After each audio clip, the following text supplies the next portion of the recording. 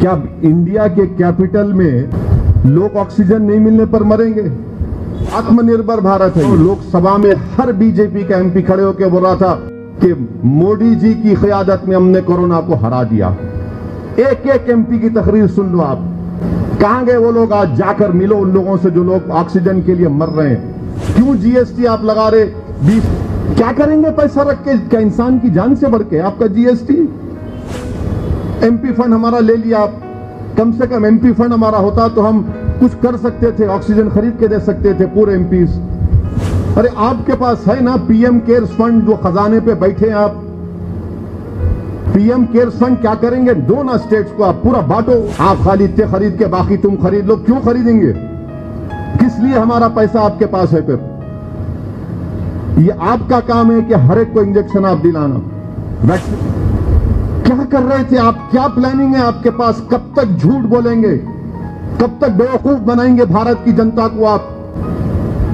6 साल से आप नफरत फैला रहे हैं। देख लिया आज क्या हुआ। आज वो मीडिया जो भारत के वजीर आजम की चमचागिरी, गुलामी करते करते थकते नहीं है। अरे अब तो उठो कि अगर हम लोग 80% पॉपुलेशन को वैक्सीनेशन नहीं देंगे तो थर्ड वेव भी आएगा। है कि आत्मनिर्भर भारत बीजेपी कहती है। आत्मनिर्भर भारत अगर हम हैं तो हमको ऑक्सीजन सऊदी अरब से लेना पड़ रहा है। आत्मनिर्भर भारत हम हैं तो रशिया हमको कह रहा है कि मदद करेंगे। दुनिया के मुमालिक हमसे कह रहे हैं हम देंगे। कौन सा आत्मनिर्भर भारत की बात कर रहे हैं आप? ऑक्सीजन नहीं है दिल्ली के कैपिटल में। अस्पतालों में, जयपुर हॉस्पिटल में 20 लोग, एक और हॉस्पिटल में 20 लोग की मौत, नासिक में 22 लोगों की मौत, खबरस्तान भरे पड़े हैं, शमशान घाट भरे पड़े हैं। और मार्च में अखबारात में इश्तिहार नरेंद्र मोदी देख के इश्तिहार देते हैं एडवर्टाइजमेंट के, वेलकम। इनके बीजेपी रूल के चीफ मिनिस्टर, आसाम का हेल्थ मिनिस्टर हेमंत बिस्व शर्मा बोलता है कि मास्क पहनने की जरूरत नहीं है। कल झूठ बोलता है वो कि मोदी जी ने पीएसए ऑक्सीजन टैंक्स को दे दिया है। आसाम भूटान से ऑक्सीजन मांग रहा है। उत्तराखंड का चीफ मिनिस्टर जो फटी हुई जीन्स के माहिर हैं, वो बोले कि है ही नहीं कोरोना। एक यूनियन मिनिस्टर, एक फ्रंटलाइन वर्कर जब उनसे शिकायत करता है मध्य प्रदेश में ऑक्सीजन की कमी की, तो बोलते थे को 2 थप्पड़ मारूं। अमित शाह देश के होम मिनिस्टर हैं। कब लेते हैं मीटिंग? अप्रैल में मीटिंग लेते हैं। स्टेट से कहते हैं कि मेरे को डेटा भिजाओ, आपके पास कितना ऑक्सीजन है। सो रहे थे आप लोग। आप अप्रैल में पूछते हैं होम मिनिस्टर ऑक्सीजन रिक्वायरमेंट क्या है, बताओ मेरे को, भिजाओ मेरे को। कहां गया आपका विजन? ये पूरा मैन मेड डिजास्टर है ये, और इसकी जिम्मेदारी बीजेपी सरकार पर आयद होती है। लोग यकीनन कोरोना से मर रहे हैं, मगर लोगों की सबसे ज्यादा मरने की वजह ये सरकार तैयार नहीं थी। ऑक्सीजन नहीं मिल रहा है, लोग मर रहे हैं। जितने वेंटिलेटर आपने पीएम केयर्स फंड में ऑर्डर दिए, कितने वर्किंग कंडीशन में बताइए? मैं चैलेंज कर रहा हूं बीजेपी को। क्या इंडिया के कैपिटल में लोग ऑक्सीजन नहीं मिलने पर मरेंगे? ये इंसानियत है? कहां गया नरेंद्र मोदी की आंखों में आंसू क्यों नहीं आते हैं? डिमोनेटाइजेशन किया तो आंसू आ गए। अब लोग मर रहे हैं। कौन सी चीज भारत के वजीर आजम को और उनकी कैबिनेट को मूव करेगी? कहां वो अपनी इंसानियत दिखाएंगे? और बीजेपी के जो सपोर्टर हैं आज भी कह रहे हैं मोदी जीतेगा। अरे भाई, तुम आवाम की लाशों में, खबरस्तान में, शमशान में उनकी लाशें दफना रहे हैं, जला रहे हैं, तो तुमको अपने इख्तिदार की फूल की खुशबू आ रही है उससे। कौन सा काम आपने किया बताइए। आज देश की आवाम, भारत की आवाम, मुल्क की आवाम परेशान है और इनके पास कुछ नहीं है। इनके पास ना डायरेक्शन दे रहे हैं, ना इनके पास ट्रांसपेरेंसी है, ना कंट्रोल में है। सब इनके पास से निकल चुका है। आराम कर रहे थे, सीना ठोक के बोल रहे थे। आप मेरी एक एक बात का कोराबोरेट कर सकता हूं। लोकसभा में हर बीजेपी का एमपी खड़े होकर बोल रहा था कि मोदी जी की क़यादत में हमने कोरोना को हरा दिया। एक एक एमपी की तकरीर सुन लो आप। कहां गए वो लोग? आज जाकर मिलो उन लोगों से जो लोग ऑक्सीजन के लिए मर रहे हैं। कहां है, किधर है ये लोग? इसीलिए ये अभी भी वक्त है इनको कि वो होश के नाखून लें, गुरूर और तकब्बुर से निकलें। आप भारत से बड़े नहीं हैं। आज वो गरीब मर रहा है, अवाम मर रही है। लोग क्या कह रहे हैं? जो अपने अजीजों को, अपने रिश्तेदारों को कब्रिस्तान में और आपके शमशान घाट में उनका अंतिम संस्कार कर रहे हैं, उनका फ्यूनरल राइट्स कर रहे हैं, पूछिए उनके जबान पर क्या है, क्या उनकी तकलीफ का इजहार हो रहा है? कहां ये सरकार? कहीं नहीं है। मोदी सरकार इनविजिबल हो चुकी है, कहीं पर नहीं है इस क्राइसिस के दौरान में। वैक्सीनेशन का आप देख लीजिए। वैक्सीनेशन आप कब ऑर्डर देते हैं? कब ऑर्डर देते हैं आप? 2 मिलियन या 2 करोड़ लोगों को इंजेक्शन लग रहा है, जबकि हर रोज 10 करोड़ लोगों को इंजेक्शन लगना चाहिए। हर रोज 10 मिलियन लोगों को। अब तो सेकेंड डोज के लिए तो वैक्सीन ही नहीं है। पूछो आप, है ही नहीं वैक्सीन सेकेंड डोज के लिए। ना कोवैक्सीन है, ना कोविशील्ड है। और ये कौन सी कीमत है? कौन सी कीमत है? ये क्या कीमत लगा रहे हैं? ये पूरे 1 साल में लाखों की तादाद में लोग बेरोजगार हो चुके हैं, बल्कि करोड़ों की तादाद में। करोड़ों की तादाद में आवाम की आमदनी कम हो चुकी है। आप बोल रहे हैं कि पैसे दे के लो। कहां से देंगे गरीब? ये इसीलिए कह रहा हूं कि इनके पास ना ये कंट्रोल में है, ना इनके पास ट्रांसपेरेंसी है, कुछ नहीं है, ना डायरेक्शन है। हर एतबार से नाकाम साबित हो चुके हैं। अरे भाई, आप 2 दिन पहले इंपोर्ट ड्यूटी कम करते ऑक्सीजन पर और कोविड के मेडिसिन पर। 2 दिन पहले। ये आपका विजन है।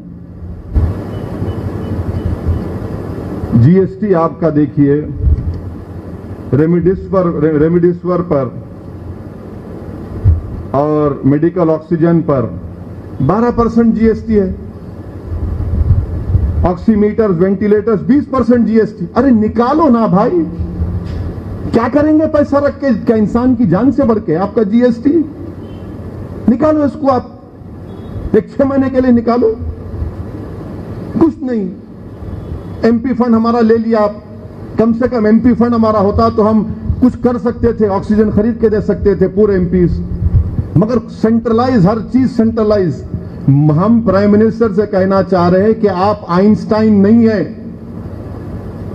आप अक्ले कुल आपके पास नहीं है। आप अपने आप को एक मशवरा दे रहे हैं प्राइम मिनिस्टर, अपने आप को सराउंड करो आप उन लोगों से जो आपके खिलाफ सच्ची बात बोल सकते हैं। आप सिर्फ यस मैन को, गुलामी करने वालों को, चमचों को जमा कर लिए अपने अतराफ में, जो खाली आपको देखते कि थाली मारते हैं, और देश आपकी ये जो पॉलिसी है भुगत रहा है।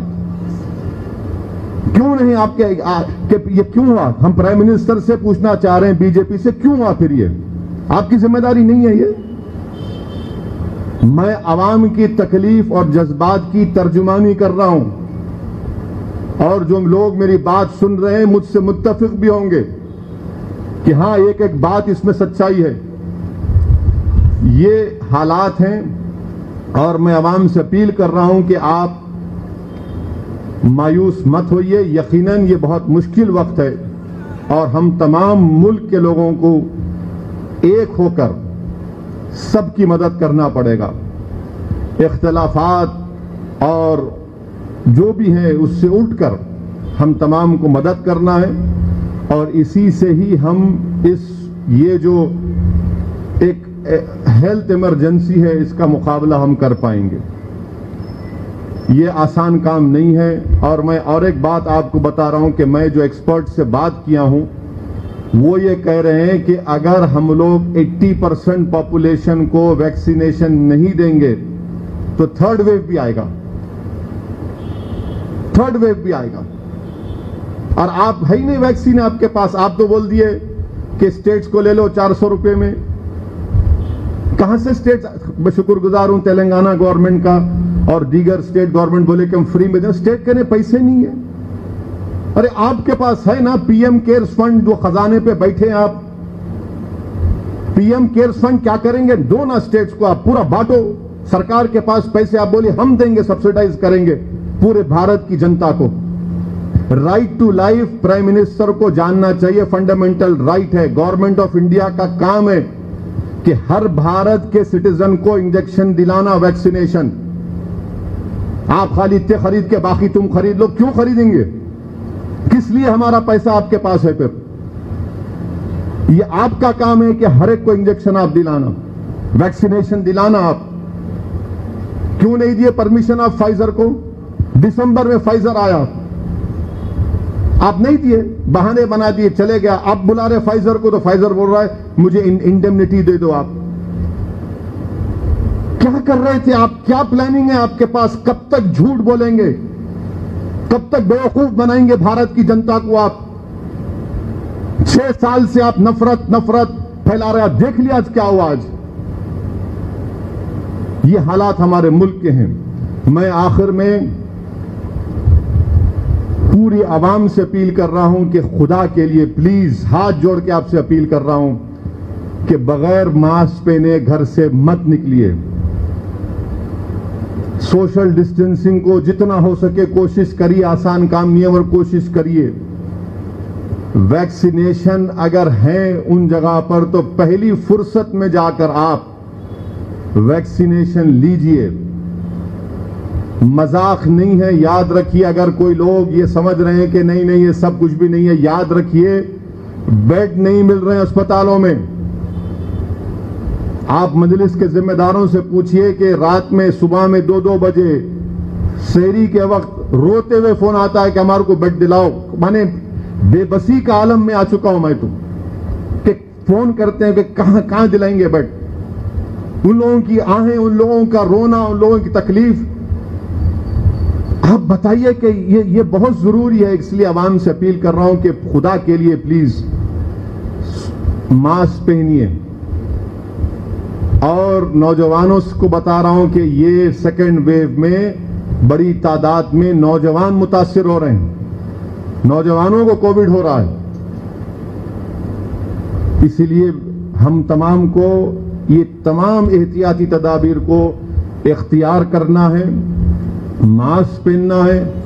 वैक्सीनेशन अगर सेंटर्स में वैक्सीन है तो फौरन आप प्लीज जाकर वैक्सीन लीजिए, टेस्टिंग करवाइए और अल्लाह के लिए, खुदा के लिए हिमाकत मत करिए।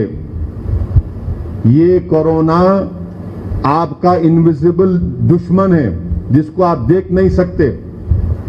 अगर कोई ये समझ रहा कि नहीं काली नजला बुखार है, खांसी है, मेरे को कुछ नहीं होता, मैंने नहीं, आपको बर्बाद कर दे रहा अंदर जाके उन्हें। जो लोग आईसीयू से निकल के भी आते 15-15, 20 दिन, एक महीना उनको ऑक्सीजन लेना पड़ता उनको रिकवरी के बाद भी। खुद मजलिस के कॉरपोरेटर को जानता हूं मैं, बास के लंग्स डैमेज कर दे रहा है।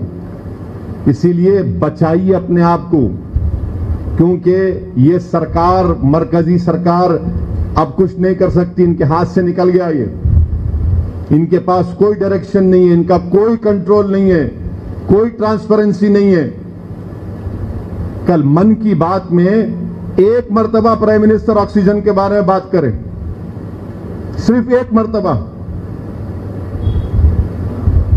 हम प्राइम मिनिस्टर को बोल रहे हैं कि आप पूरे भारत की जनता के लिए वैक्सीनेशन दिलाइए। क्या करना है इतना पैसा रख के?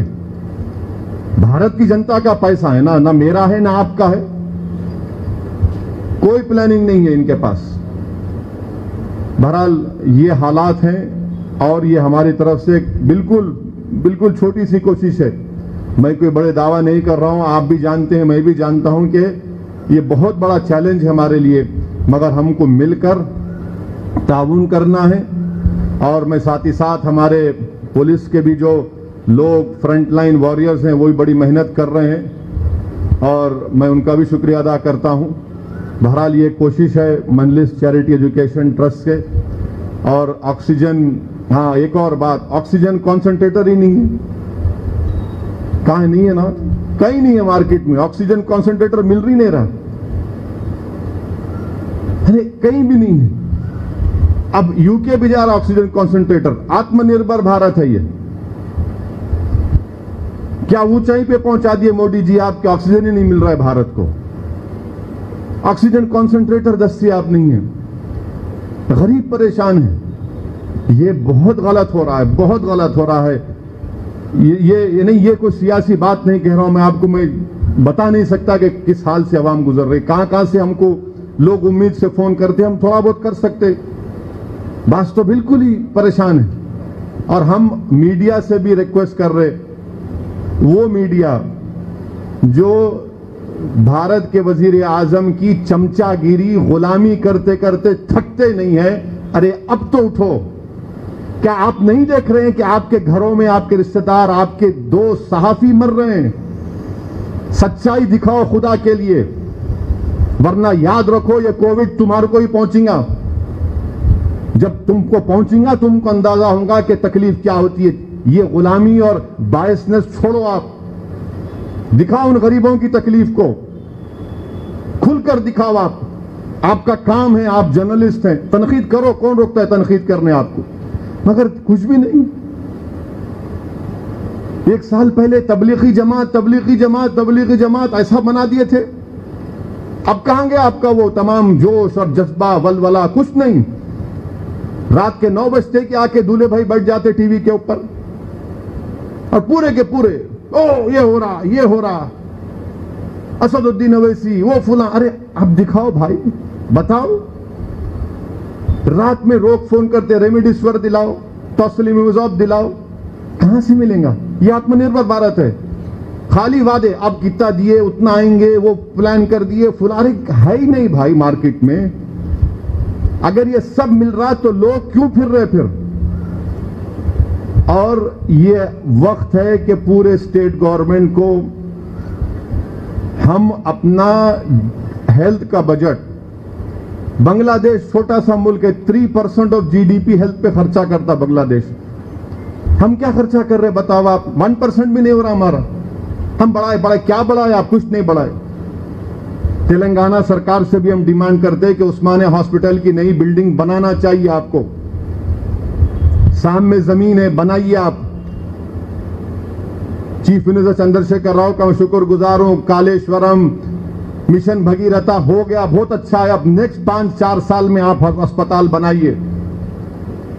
उस्मानिया हॉस्पिटल की नई बिल्डिंग बनना चाहिए। ये वायरसेस चलते रहेंगे, एक्सपर्ट्स बोल रहे कि फिर वायरस थर्ड वेव आएगा। हमारा हाल यह है कि अब उठेंगे फिर खामोश हो जाएंगे, फिर आया तो फिर उठे। रिएक्शनरी काम नहीं चलेगा नरेंद्र मोदी जी, पूरा एक्टिव रहना पड़ेगा आपको। रिएक्शनरी होने से ही ये सब देख रहे आप।